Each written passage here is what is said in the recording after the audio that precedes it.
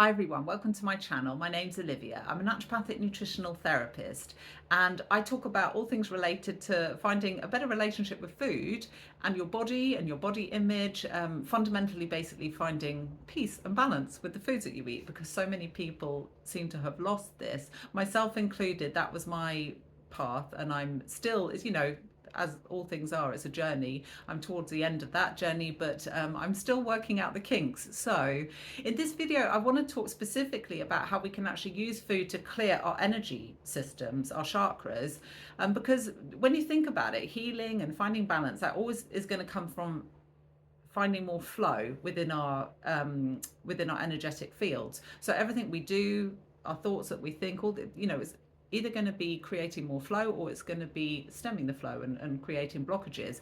And it's not like you can only use food to change this. Of course, meditation, there's a ton of other ways that you can do this, and I don't just solely focus on food, but obviously being a nutritional therapist is kind of central to my interests, and because we're faced with food choices day in, day out, and so many times people feel like they're making the wrong choices and it's having a negative impact on them.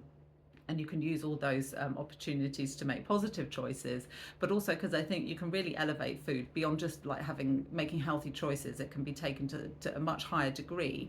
So I want to talk about how you can actually use it for clearing your chakras.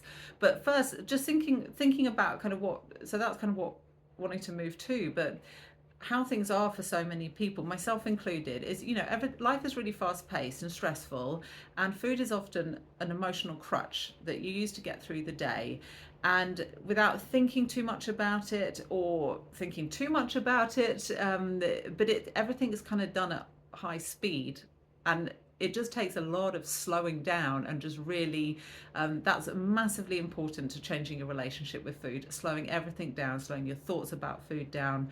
But I understand, it is difficult because people so easily get into those patterns and those cycles where everything's moving fast. We get presented with really high calorie, nutrient deplete, dense foods. It's all kind of high speed, and before you know it, you kind of consumed a hell of a lot of food, frankly, because everything's happening really quickly, and before you've really thought about what you're doing, and then you get into cycle, and then you start under eating because you think, well, I've got to compensate for that, and then under eating ultimately just leads to more cycles of overeating, and it just creates those kind of yo-yo dieting cycles.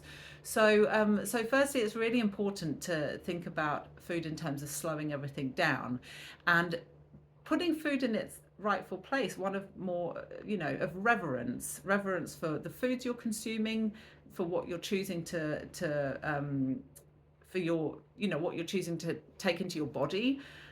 So I just want to start with saying that, and that brings me back round really to, well, what foods are we talking about? I mean, obviously, the closer to nature you get, then the higher the vibration of the food. But I'm going to talk more specifically here about fruit and vegetables. It's just easier for people to get their heads around how they can be used to clear your energy systems in a really direct way.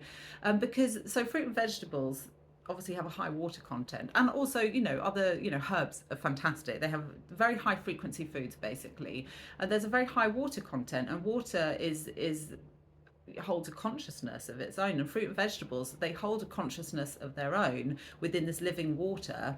And because I know we tend to think in terms of separation. So, I'm a human, I'm consuming this food, everything's separate. But actually, we live in a quantum field, and there is no separation. The separation, that's in our mind.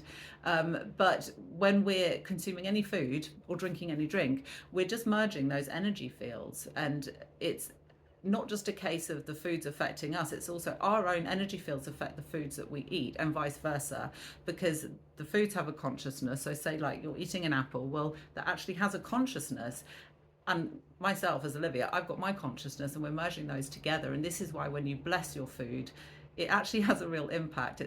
If you have the intention with it, if you're just saying the words and you don't feel anything, you don't mean anything, then no, that's not going to have much impact. But once you realize that these foods that we're eating have a consciousness, and that we're merging our consciousness when we consume them, then it starts to become a bit easier to see how they can actually be used to really clear energy within the body.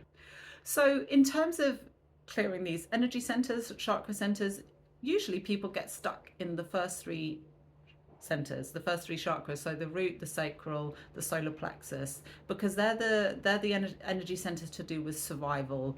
So unless you're living what feels like a really easy, blessed life and everything just happens wonderfully, which, I think more and more people are going to be doing. But at the moment, it just feels that there's quite a few people feeling like they're stuck in survival mode.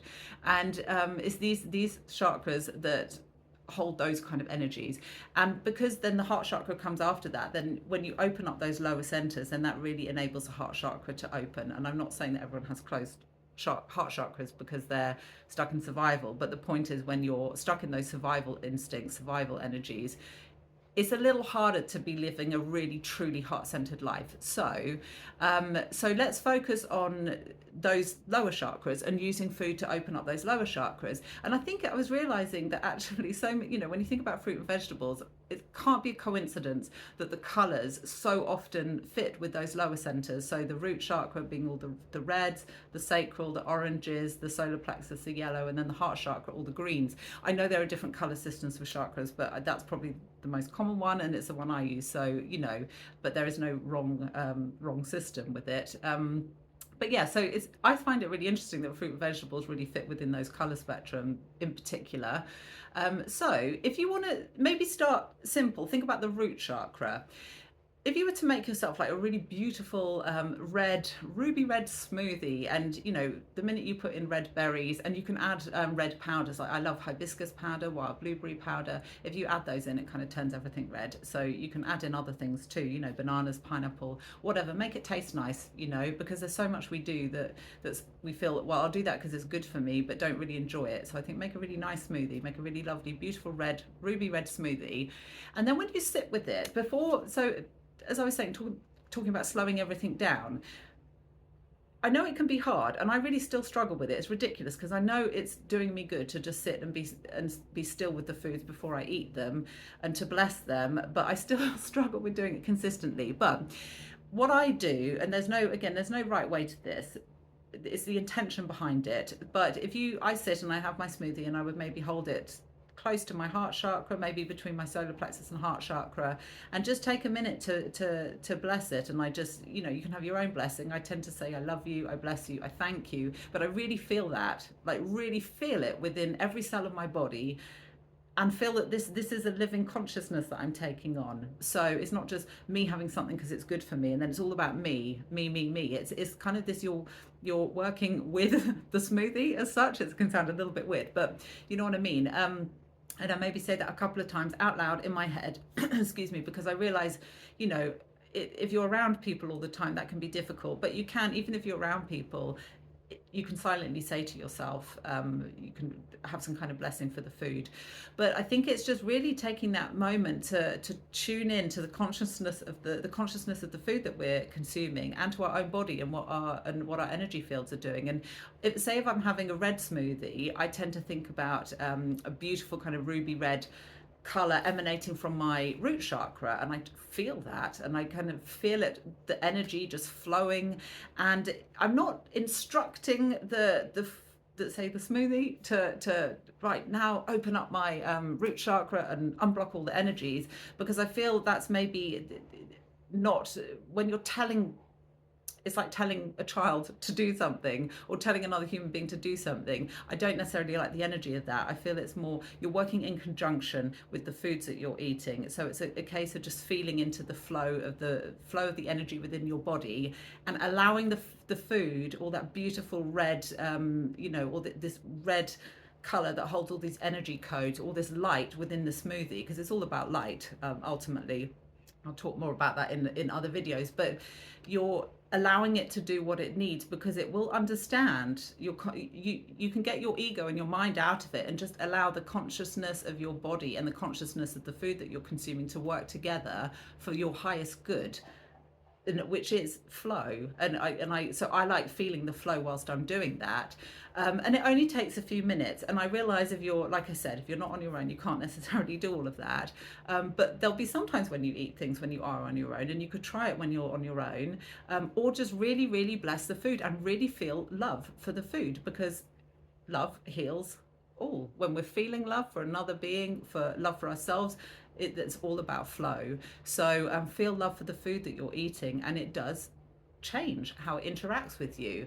And I can give an example, because then when you're unblocking energies, you can feel a little bit strange. And I'll give it a little example. So when I really first started doing this properly, so I had, funny enough, it was my red smoothie, my root chakra smoothie, and I had it. I felt the feeling of peace and kind of zen. I tend to think of my root chakra. I like to feel that kind of zen space when I'm meditating or when I'm blessing my food as well. So I think of the ruby red color, but I'm thinking of zen, and I yeah, and I really felt that. And then I felt quite emotional later that morning.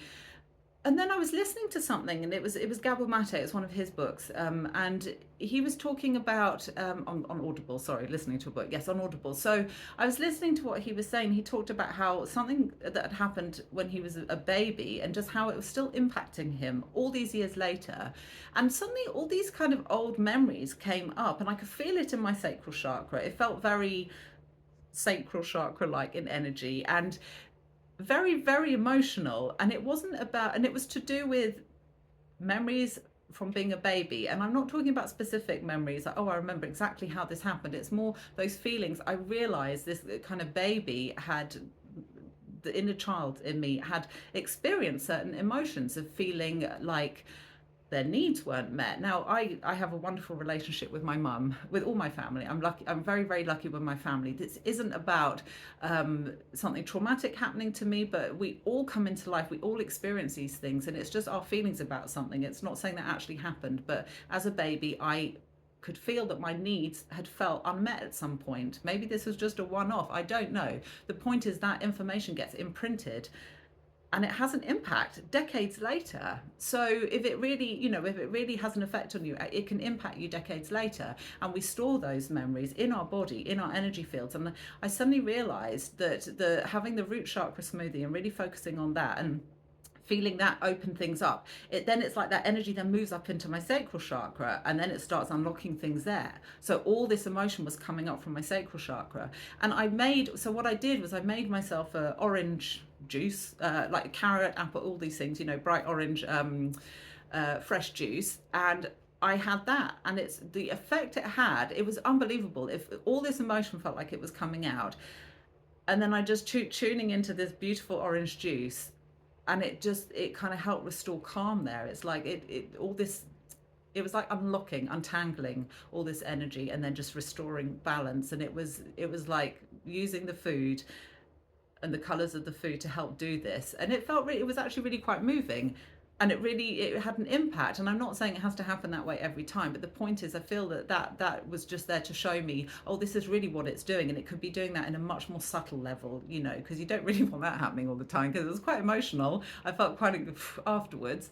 So but my point is, it's real. It's not just, and because our beliefs about things, our knowing about things, that is what helps move energy. Like I was saying with intention, when you align the head and the heart, and you believe something will be helping you, then it will be helping you, as long as it's following the laws of the universe. And with food, and you're talking about like wonderful foods, and I think, well, it's not hard to really envisage how those foods are really helping you heal. So but you have to believe it. You have to really feel that, and then start noticing the effects on your body. So maybe give it a try, see what you can do, and do write in the comments below if you have any thoughts about it or any questions. But thank you very much for listening, and I'll be back soon. Okay, bye.